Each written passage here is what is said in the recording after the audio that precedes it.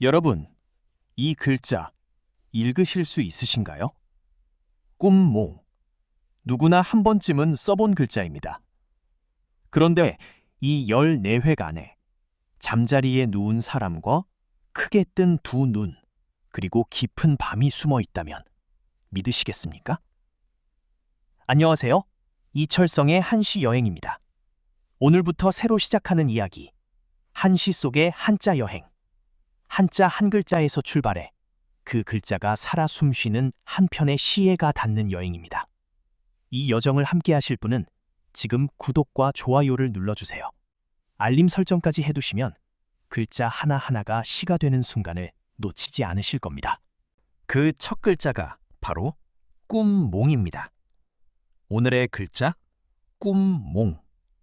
음은 몽, 후는 꿈, 부수는 뜻밖에도 저녁석, 그러니까 밤입니다. 획수는 모두 14획, 적지 않죠.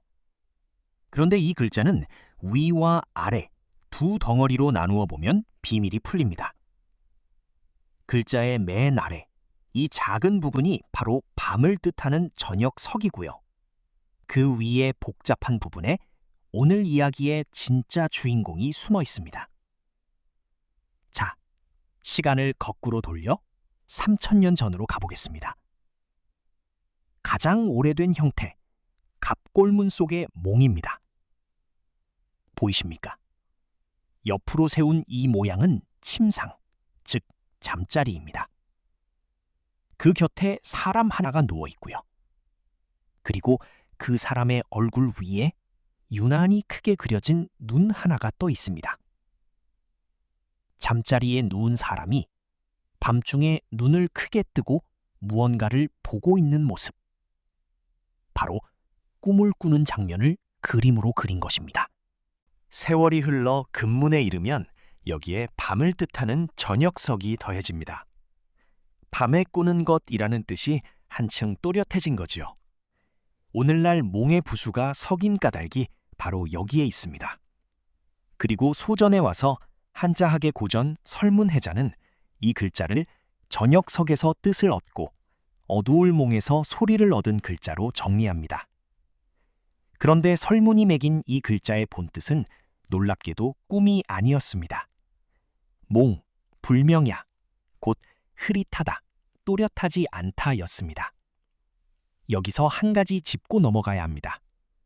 사실 꿈을 꾸다라는 뜻만을 또렷이 적던 글자는 따로 있었습니다. 잠꼬대몽이라는 글자입니다. 그런데 청나라의 큰 학자 단옥제는 이렇게 적었습니다.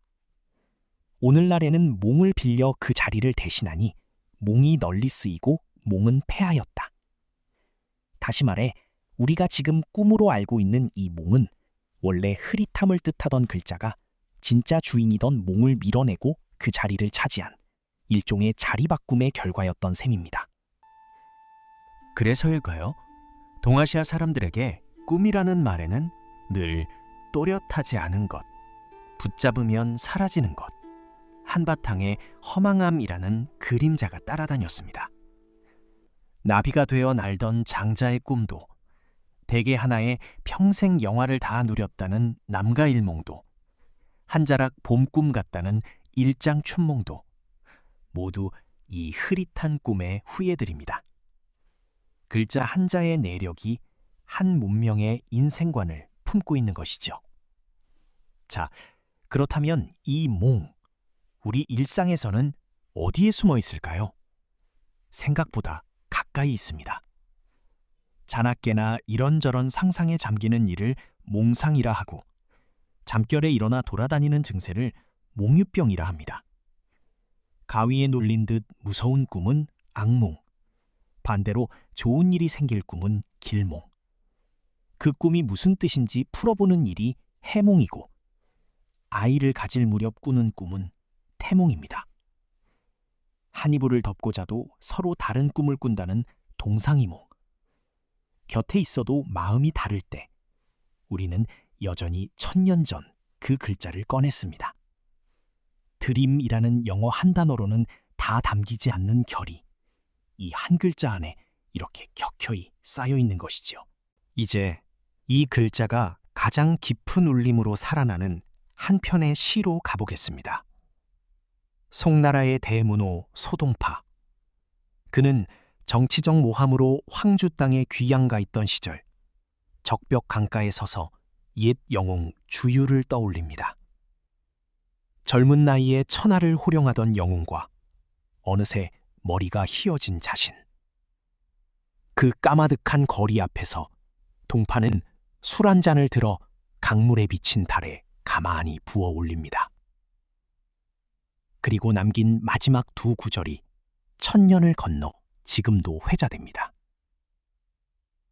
인생여몽, 일존 활래 강월. 인생이란 한바탕 꿈과 같은 것. 한 잔 술을 따라 강에 비친 저 달에 부어 올리노라.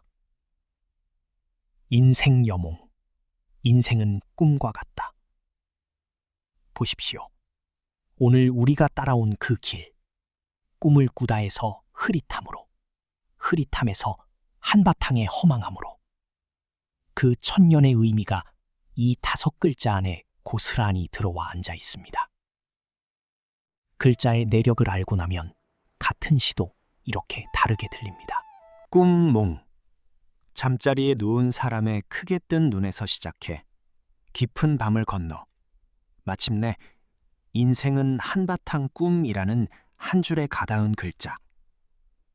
한 글자의 여행이 이렇게 한 편의 시가 되었습니다.